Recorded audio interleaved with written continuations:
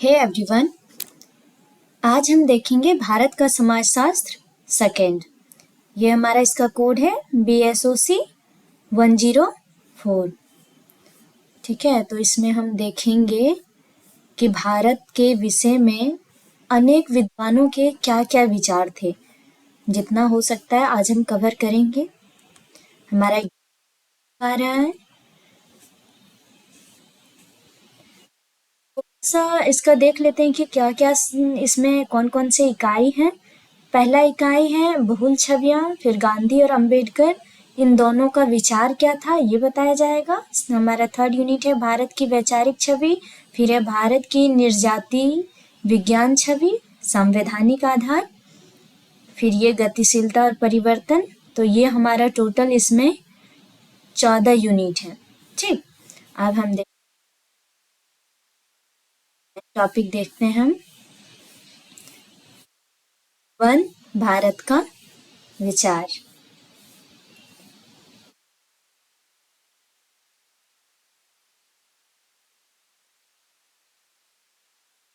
तो देखो सबसे पहले क्या है, इकाई 1 भारत की बहुल छवियां, मतलब भारत को अनेक अनेक विद्वानों द्वारा अलग अलग तरीके से समझा गया। सबसे पहले इसमें हम देखेंगे उद्देश्य, फिर प्रस्तावना, फिर भारतीय समाज में बहुलता और सामंजस्य की संस्कृति, फिर ये सारा है भारत की औपनिवेशिक कल्पना कि औपनिवेशों ने भारत की कल्पना किस तरह की थी। मैकाले का विवरण पत्र हम पढ़ेंगे कि मैकाले ने भारत को किस प्रकार डिस्क्राइब किया। ठीक है, फिर जेम्स मिल द्वारा भारतीय सभ्यता का वर्णन, जेम्स मिल का लिखा हुआ कुछ पढ़ेंगे जिसमें उन्होंने भारतीय सभ्यता के बारे में बताया है। फिर हीगल मार्क्स और एंजल द्वारा भारत की कल्पना, मैक्स वेबर, मार्क ट्वेन। फिर हम देखेंगे कि पूर्व और पश्चिम दोनों की सांस्कृतिक मुठभेड़ में कौन कौन सी बातें हैं। फिर रविंद्रनाथ टैगोर ने कुछ कहा, फिर गांधी ने कहा, नेहरू ने अपना स्टैंड लिया, अंबेडकर ने लिया। तो ये सब कुछ हम देखेंगे। तो चलिए अब हम आते हैं अपना पहला टॉपिक, प्रस्तावना। भारत एक समजज के रूप में बहुलवाद और सामंजस्य की परंपरा तथा सांस्कृतिक उदारवाद पर आधारित है। अब देखो हमारा भारत क्या है, बहुलवाद से भरा हुआ है। यहाँ आप देखोगे जाति में है, अनेक अनेक संस्कृति पाई जाती है, लेकिन फिर भी यहाँ क्या है, फिर भी यहाँ एकता है। ऐसी परंपराओं की इसकी लंबी ऐतिहासिक विरासत है। ऐसा नहीं कि ये सिर्फ आज है, ये बहुत पहली बहुत पुरानी परंपरा है। ये बहुत मतलब अगर हम प्राचीन काल से देखें तो वहीं से ये आ रहा है। ठीक है, भारतीय नेताओं, दार्शनिक, कवियों तथा लेखकों ने भारतीय समाज के ऐतिहासिक तथ्यों पर आधारित आवश्यक, बहुल और सामंजस्यात्मक नींवों को रेखांकित किया है, जबकि औपनिवेशिक शासकों द्वारा बहुत से पश्चिमी देशों के लोगों ने भारतीय समाज का चित्रण नकारात्मक रूप से किया। अब देखो भारतीय जो नेता थे या जो दार्शनिक थे उन्होंने भारत को एक अनोखा देश के रूप में दर्शाया। उन्होंने ये बताया कि किस प्रकार यहाँ एकता में अनेकता में किस प्रकार यहाँ पे एकता है, किस तरह सारे लोग मिलजुल कर रहते हैं, किस तरह यहाँ की नदियाँ बहती है। ये सारी बातें हम नीचे पढ़ेंगे, ये सब कुछ लिखी हुई है। वहीं अगर हम औपनिवेशिक शासकों की बात करें तो वो भारत का नकारात्मक चित्रण पेश करते हैं। वो कहते हैं कि भारत के लोग असभ्य हैं, ये सारी बातें करते हैं। अब देखो भारतीय समाज में बहुलता और सामंजस्य की संस्कृति, जैसे कि हमने भारत का एक चित्रण विकसित करने की कोशिश करते हैं, वैसे ही अक्सर हमारा सामना भारत के विविध आदर्शों, चित्रणों और सत्यताओं से होता है। भारत के सामाजिक, राजनीतिक और भौगोलिक आयामों का वर्णन करने के लिए हमारे पास लंबी सभ्यतागत विरासत, समृद्ध धार्मिक और दार्शनिक परंपराएं, गहन सांस्कृतिक ढांचा और आर्थिक आधार हैं। भारत में बहुलवाद और एकता के पहलू। अब देखो ये आपका क्वेश्चन भी आ सकता है कि भारत में बहुलवाद और एकता के पहलू को दर्शाइए या अपने शब्दों में इसका वर्णन कीजिए। ठीक है, तो आपको यहाँ से ये लिखना पड़ सकता है। समाज लोगों से बनता है। भारत में हम विशिष्ट भौतिक विशेषताओं या लक्षणों के लोगों को पाते हैं। हर्बर्ट रिजले ने भारत के लोगों को 7 प्रजातीय परंपराओं में बांटा है। अब देखो हर्बर्ट रिजले ने कितनी प्रजातियों में बांटा है? 7 प्रजातियों में। वो Turko Iranian, Indo Aryan, Scytho Dravidian, Arya Dravidian, Mongolo Dravidian और मंगलोयड और द्रविडियन। ठीक है। 1971 के अनुसार भारत में 1652 भाषाएं जो मातृभाषा के रूप में बोली जाती हैं। अब देखो यहाँ से हमें क्या पता चलता है, भाषा की विविधता। जब आपको बहुलवाद के बारे में लिखने के लिए आएगा कि भारत के बहुलवाद की वर्णन कीजिए या व्याख्या कीजिए, तो आपको ये सारा पॉइंट लिखना है। जैसे कि अगर इस हम बात करें इसका, तो कितना टोटल भाषाएं? 1652 भाषाएं हैं। तो क्या हुआ कि यहाँ अलग अलग भाषाएं, यानी कि भाषा में विविधता है। फिर यहाँ पे ये सारा डेटा दिया। आधारिक भाषाएं 13 विभिन्न लिपियां हैं, 270 से अधिक उपभाषाएं हैं। अब देखो यहाँ फिर धर्म में विविधता दिया हुआ है कि भारत में हिंदू धर्म इतने हैं, जैन धर्म इतने हैं, बौद्ध धर्म इतने हैं, सिख धर्म इतने हैं। जनजातीय धर्मों की किस्मों का जन्म स्थान है। भारत में प्रत्येक प्रमुख धर्म जैसे ईसाई धर्म, इस्लाम, यहूदी धर्म, पारसी धर्म और बहाई धर्म आदि के काफी अनुयायी हैं। इन धार्मिक समूहों में अधिकांश के बीच जाति या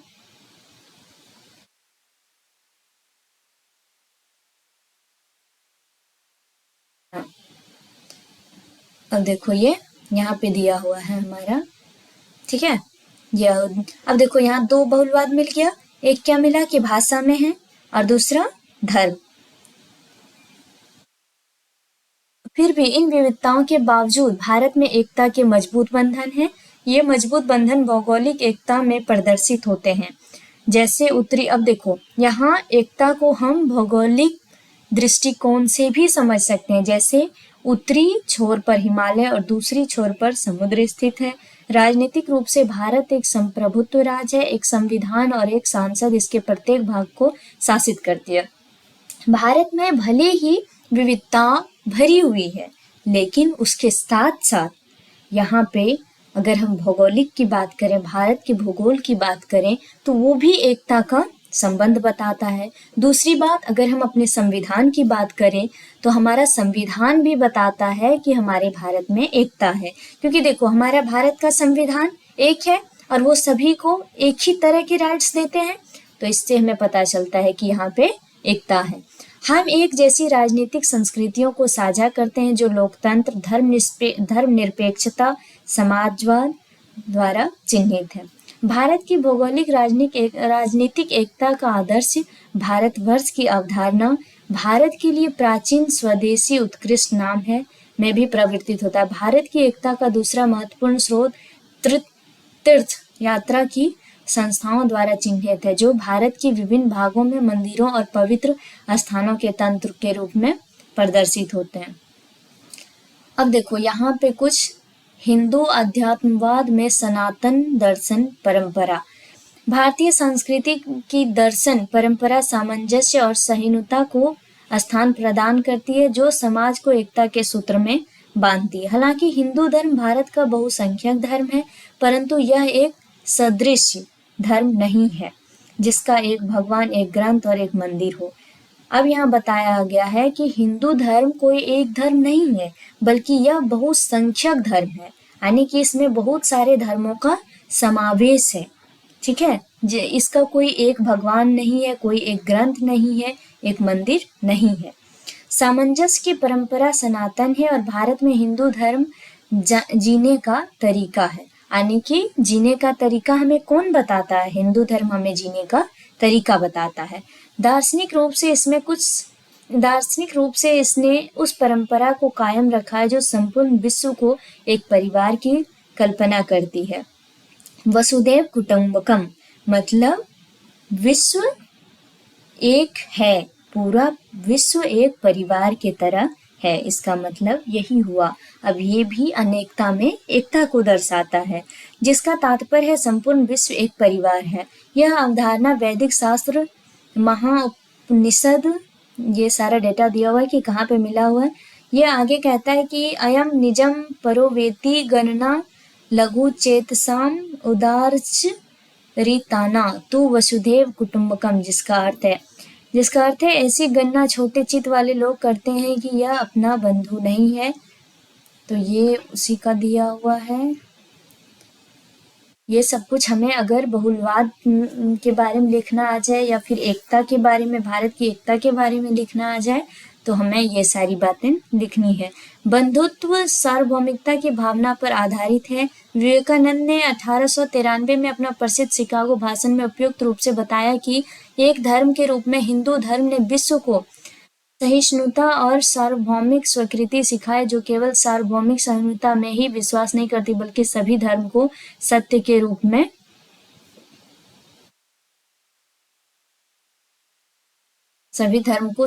रूप में देखती है, ठीक है, उजागर करती है।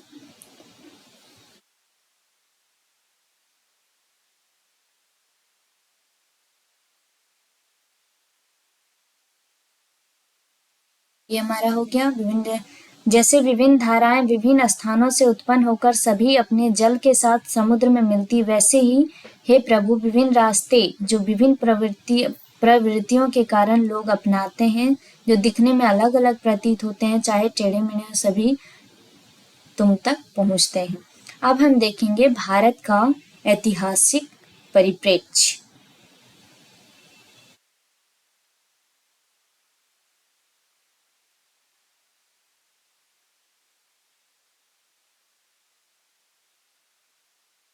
भारत का ऐतिहासिक परिप्रेक्ष्य तथ्य। हिंदू धर्म पारंपरिक रूप से एक अखंड धर्म की बजाय जीवन जीने का एक तरीका बताता है। जीवन के तरीके के रूप में सामाजिक प्रथाओं, श्रेणियों और सभ्यतागत वह भारत के पास इतनी पुरानी हिंदू घाटी सभ्यता है जिसको हड़प्पा सभ्यता के नाम से जाना जाता है। समाज मिलता है जैसे जैन धर्म, बौद्ध धर्म, उद्भव कालीन राजवंशी शासन, पारसी और ग्रीक आक्रमण और निरंतर मुस्लिम आक्रमण और मुस्लिम सल्तनत के निर्माण, भक्ति आंदोलन के बाद सिख धर्म के उद्भव, साम्राज्य शक्तिशाली होना, मुगलों के निर्माण और विस्तार के अलावा मराठों, सिखों और दूसरे साम्राज्य के निर्माण और विस्तार तथा ब्रिटिश औपनिवेशिक का अंत भारत में को देखा है, का स्वतंत्रता के लिए संघर्ष को देखा। इन सभी ऐतिहासिक और आक्रमणों जो बाहरी शक्तियों की स्थितियों में भारत में संस्कृति को बनाए रखा। अब देखो यहाँ पे एक छोटी सी जो बात लिखी हुई है वो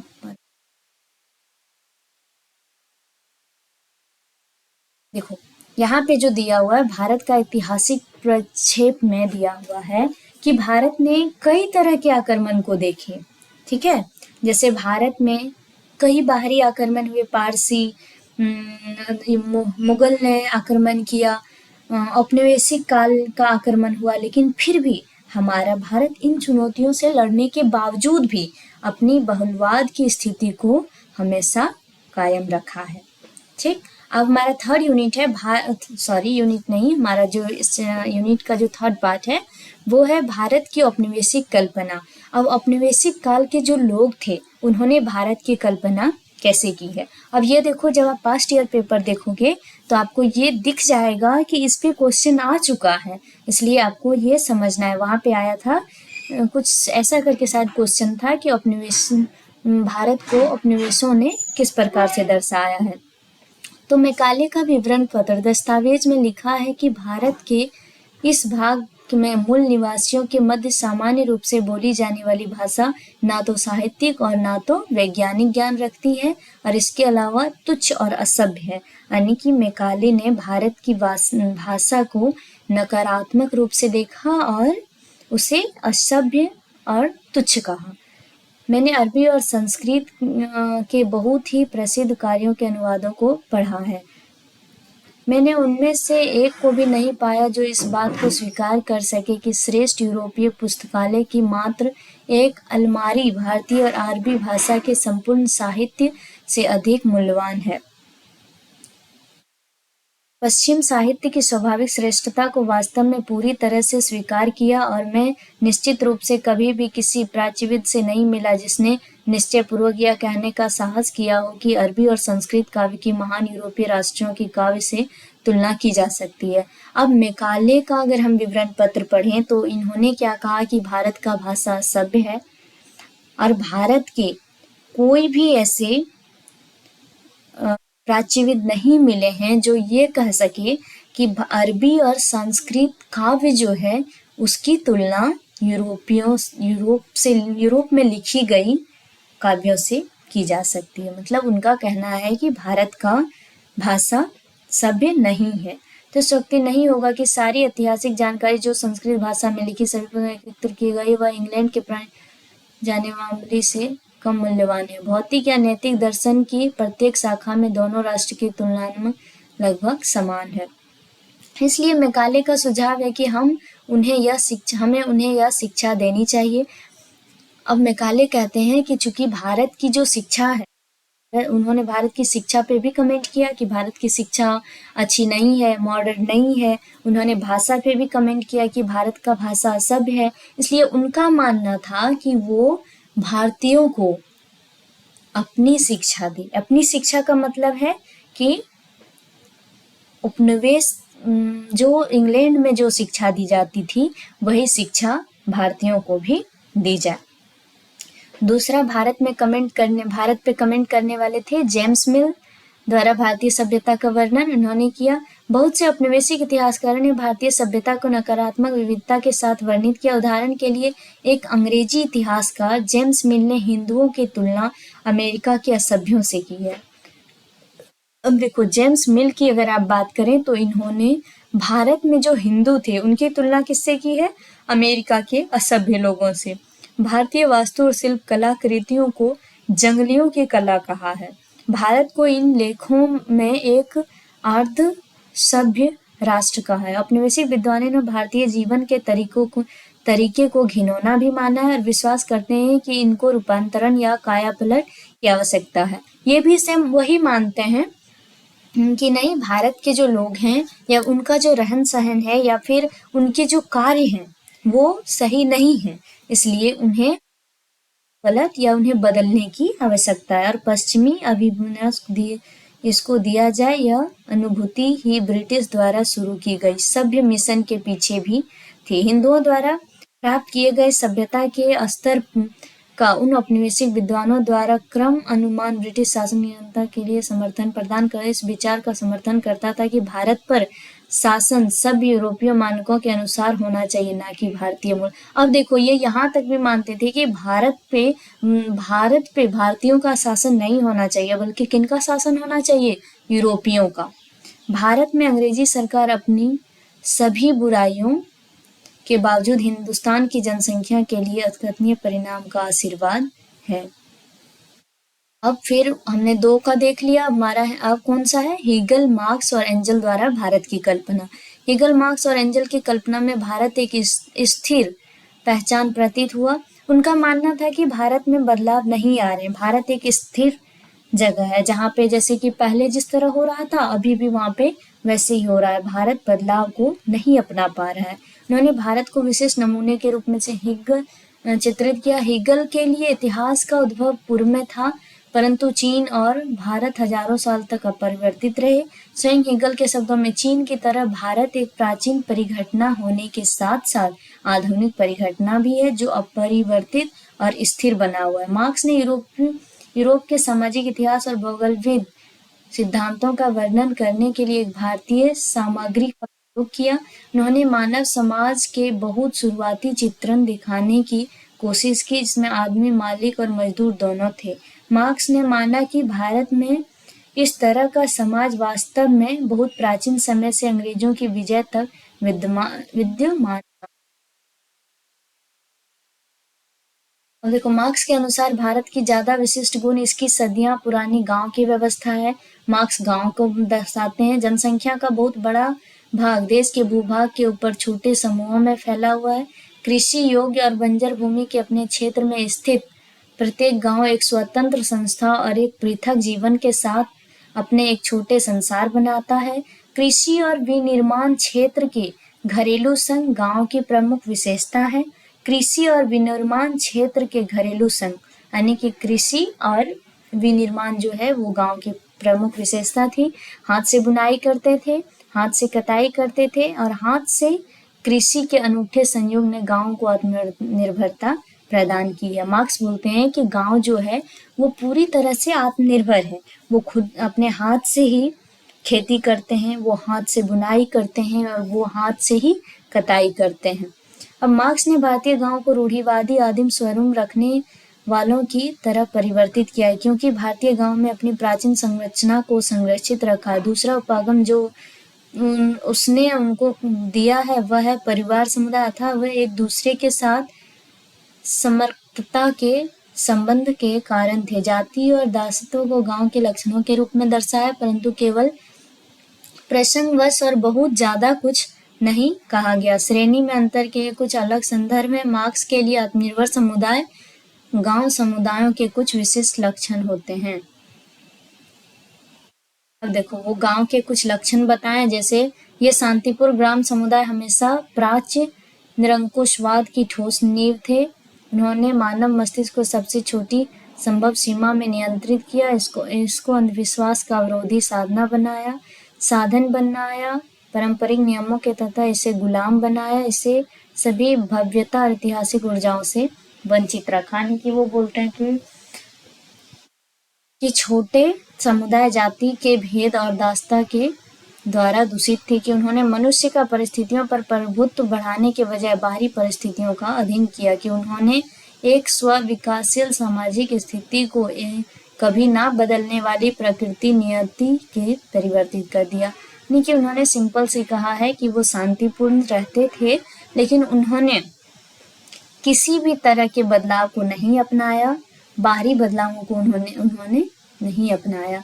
दूसरा, मैक्स वेबर ने दुनिया के उद्विकास और रूपांतरण को आचार विचार क्रियाओं की बुद्धि संगत व्याख्या के संदर्भ में देखा है। वेबर के लिए भारत में समाज जो हिंदू धर्म की परंपरागत भावना पर आधारित समाज में तर्कसंगत पूंजीवाद के विकास के लिए तर्कसंगत से रहित अलौकिक रहस्यवाद, जिसमें मोक्ष की प्राप्ति भौतिक सुख से अलगाव की प्रक्रिया द्वारा हो सकती है, की प्रबलता ने लोगों को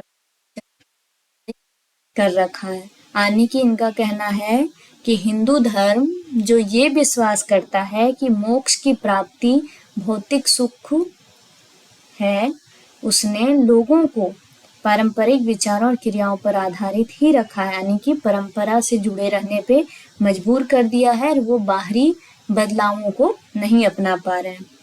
हालांकि प्रसिद्ध विद्वानों की कोई कमी नहीं है जिन्होंने भारत इसके लोगों और संस्कृति को सकारात्मक भावना के साथ प्रदर्शित किया है। इसलिए हम मार्क ट्वेन के उदाहरण का उल्लेख करते हैं। अब देखो हमने मैक्स वेबर का पढ़ा, उधर हमने जितने का भी पढ़ा, उन्होंने भारत को नकारात्मक रूप से देखा। अब हम एक विद्वान के बारे में पढ़ेंगे, मार्क ट्वेन के बारे में, जो भारत को सकारात्मक भावना से देखते हैं। अब देखो मार्क ट्वेन अमेरिका का परम प्रिय हास्यकार और एक जाना माना लेखक सैमुअल हैंगहॉर्न क्लेमेंट्स, जो दुनिया में मार्क ट्वेन के नाम से प्रसिद्ध हैं, भारत में जनवरी 1996 में आया था। मार्क ट्वेन ने प्रसिद्ध तौर पर कहा कि भारत की भूमि मानव प्रजाति की कल्पना, मानव भाषा का जन्म स्थान, इतिहास की जननी, दंत कथा की दादी, लालन पालन करने वाली और परंपरा की परदादी है। यानी कि ये क्या बोल रहे हैं कि भारत, हमारा जो भारत है वो क्या है, भारत की भूमि मानव प्रजाति का पालना, मतलब ये मानव प्रजाति यहाँ लगातार बढ़ रहे हैं या स्थिर हैं। फिर मानव भाषा का जन्म स्थान, मानव भाषा का जन्म स्थान भी ये भारत में ही मानते हैं। इतिहास की जननी भी भारत को कहते हैं, और दंत कथा की दादी मतलब लालन पालन करने वाली और परंपरा की परदादी है। यानी कि यहाँ परंपराओं को भी आज भी उसी तरह निभाया जाता है। चांदनी से बनी एक भूमि, अरबी रात में उसके भव्य चमत्कार के लिए उन्होंने लोगों को हंसमुख और मिलनसार पाया। उन्होंने कहा, क्या बोला कि यहाँ के जो लोग हैं वो हंसमुख हैं, मतलब और मिलनसार हैं, वे दयालु लोग हैं। वह चेहरे और पहनावे जो एक पवित्र आत्मा का संकेत देता है, खराब दिल का है, भारतीयों के बीच दुर्लभ है। मतलब यहाँ के लोग, सभी लोग पवित्र आत्मा के होते हैं, उनका दिल भी बहुत अच्छा होता है। भारतीय विरासत पर टिप्पणी करते हुए ट्वेन ने कहा, चीजों की शुरुआत में भारत ने पूरी दुनिया की शुरुआत दी थी। उसकी पहली सभ्यता थी। वह गहरे विचार, सूक्ष्म बुद्धि के व्यक्तियों के साथ लोकप्रिय थे। उसके पास खदानें, जंगल और उपजाऊ मिट्टी थी। ठीक है, तो अगर कुछ कवि ने कुछ लेखकों ने अगर भारत के नकारात्मक दृष्टि से देखा है तो वहीं मार्क ट्वेन भारत को सकारात्मक दृष्टि से देखते हैं और ये सारी बातें बताते हैं। भारतीय जीवन के तरीके में विविधता ने उसको कौतूहल से भर दिया। उसने लिखा है, उनका चरित्र और उनका इतिहास, उनकी प्रथा और उनका धर्म हर मोड़ पर आपका पहेलियों से आमना सामना कराता है, रहस्य जो कि पहले से बताए जाने के बाद और अधिक सुलझ जाते हैं। ट्वेन बार बार कहता है कि पूरे विश्व में भ्रमण में भारत उनकी पसंदीदा भूमि थी। भारत वो उनको सबसे ज़्यादा पसंद आया था भारत। उनको भारतीय जीवन के रंग और विविधता से प्यार था। विश्व भ्रमण में उन्होंने प्रसिद्ध गद्यांश लिया, यह वास्तव में भारत है। सपनों और प्रेम कथा की, शानदार समृद्धि झोपड़ियों की, चीतों और हथियारों की। अब देखो उन्होंने ये सब पे काम किया। सांपों और जंगलों की भूमि, मानव प्रजातियों का कल्पना, मानव भाषा का जन्म स्थान, इतिहास की जननी, दंत कथा, ये सब कुछ उन्होंने यहाँ उन सभी पे काम किया। आज हम इतना ही रखते हैं।